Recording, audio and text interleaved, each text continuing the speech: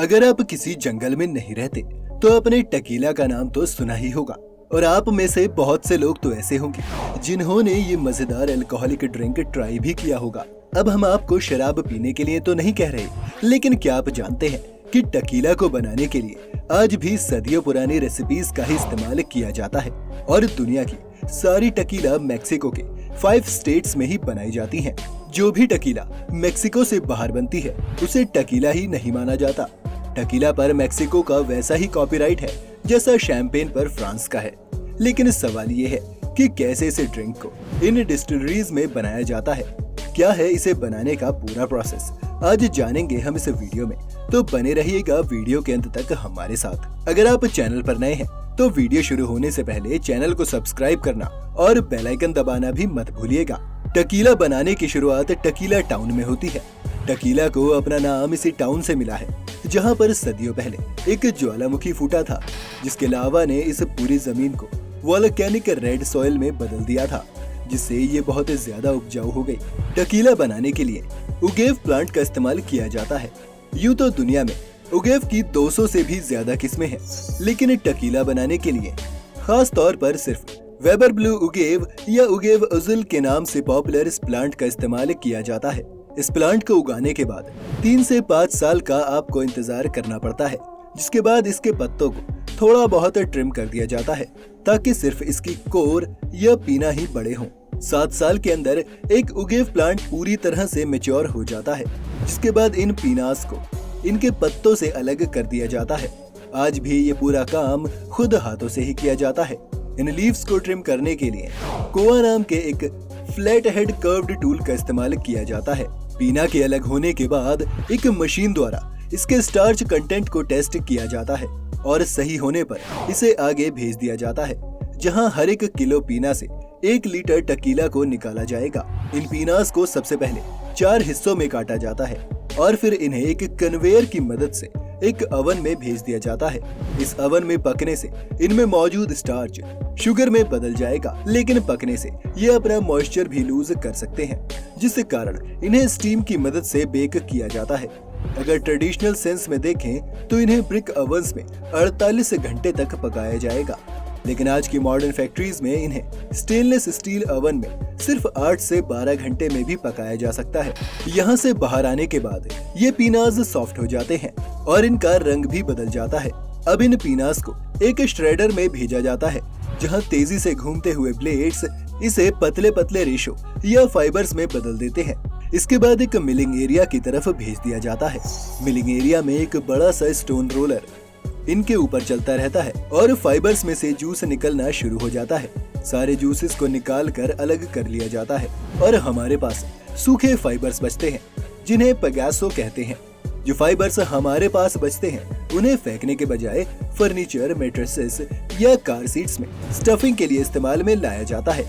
निकाले गए जूस में बहुत अधिक मात्रा में शुगर होती है। हमें इस शुगर को फर्मेंटेशन की प्रोसेस से अब अल्कोहल में बदलना है। फर्मेंटेशन की प्रोसेस के लिए इस जूस को बड़े बड़े वुडन वैट्स या फिर स्टेनलेस स्टील कंटेनर्स में डाल दिया जाता है, जिसके बाद इनमें यीस्ट ऐड की जाती है। यीस्ट में मौजूद बैक्टीरिया इस जूस में मौजूद सारी शुगर को खा जाते हैं और उसे अल्कोहल में बदल देते हैं। फर्मेंटेशन पूरी होने के बाद इस मिक्स में 5% अल्कोहल होता है। अब बारी आती है डिस्टिलेशन प्रोसेस की। ये उसी तरह का प्रोसेस है जैसे हम पेट्रोलियम के साथ करते हैं। पेट्रोलियम को पहले नीचे से जैसे हीट किया जाता है, पेट्रोल, डीजल, केरोसिन जैसे प्रोडक्ट्स अपने अपने बॉइलिंग पॉइंट पर उड़ जाते हैं और अलग अलग पाइप्स में इकट्ठा होने लगते हैं। इसी तरह से इस जूस को भी हीट किया जाता है। सबसे ऊपर से निकलने वाले जूस को टकीला बनाने के लिए फिट नहीं माना जाता। साथ ही सबसे नीचे रह गए जूस से भी टकीला नहीं बनाई जा सकती, इसलिए सिर्फ बीच के पोर्शन को ही टकीला बनाने के लिए इस्तेमाल किया जाता है। डिस्टिलेशन के लिए इन्हें कॉपर स्टील पोर्ट्स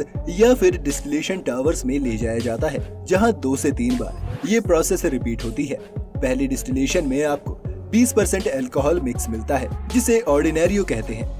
फिर दूसरे डिस्टिलेशन साइकिल में जब ये मिक्स गुजरता है तो इसमें अल्कोहल कंटेंट 55 से 70% के बीच पहुंच जाता है। इसके बाद इस मिक्स को थोड़ा सा डिल्यूट करने के लिए इसमें डिस्टिल्ड वाटर डाल दिया जाता है और हमारे पास सिल्वर टकीला या टकीला ब्लैंको बनकर तैयार हो जाती है, जिसे चाहें तो अभी बॉटल्स में पैक किया जा सकता है। इस टकीला को तुरंत ही बॉटलिंग प्लांट में भेज दिया जाता है। लेकिन जो लोग गोल्डन टकीला के शौकीन हैं, उन्हें अभी इंतजार करना होगा, क्योंकि उसके लिए टकीला को एजिंग प्रोसेस से गुजरना जरूरी है। एजिंग प्रोसेस में सिल्वर टकीला को व्हाइट ऑक बैरल्स में रखा जाता है, जिससे टकीला को 3 से 11 महीनों में ही बैरल से बाहर निकाल लिया जाता है। उसे रेपोसाडो या गोल्ड टकीला कहते हैं।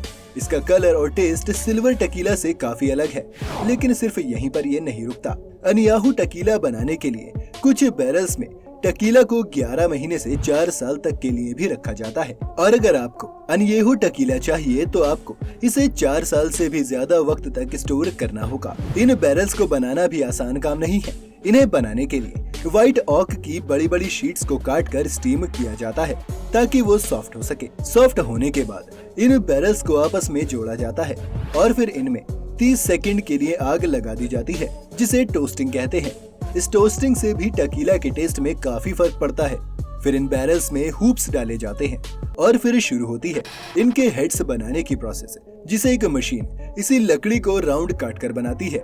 हेड्स को भी टोस्टिंग के लिए भेजा जाता है और आखिर में एक मशीन इन्हें बैरल्स पर लगा देती है, जिसके बाद इनमें बंग होल से ड्रिल किए जाते हैं। बैरल के सील होने के कारण इन्हीं बंग होल्स की मदद से टकीला को इसमें भरा जाता है। अब हम आते हैं बॉटलिंग प्रोसेस की ओर। किसी भी तरह की टकीला को पैक करने के लिए सबसे पहले बॉटल्स को उल्टा करके बॉटलिंग मशीन तक ले जाया जाता है और फिर पानी और सोप के एक जेट से इन्हें पहले अंदर से अच्छी तरह से साफ किया जाता है। साफ होने के बाद ये बॉटल्स आगे बढ़ती हैं और इन्हें सीधा कर लिया जाता है और मशीन आकर इनमें टकीला को भर देती है।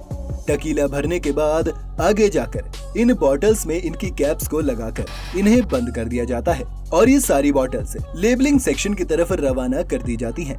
लेबलिंग सेक्शंस में बॉटल्स पर एडहेसिव की एक लेयर लगा दी जाती है और फिर एक मशीन कंपनी का लेबल इस पर चिपका देती है, जिसके बाद ये बॉटल्स दुनिया भर में जाने के लिए पूरी तरह से तैयार हैं। तो देखा आपने कि किस किस प्रोसेस से गुजरने के बाद ये टकीला बनकर तैयार होती है।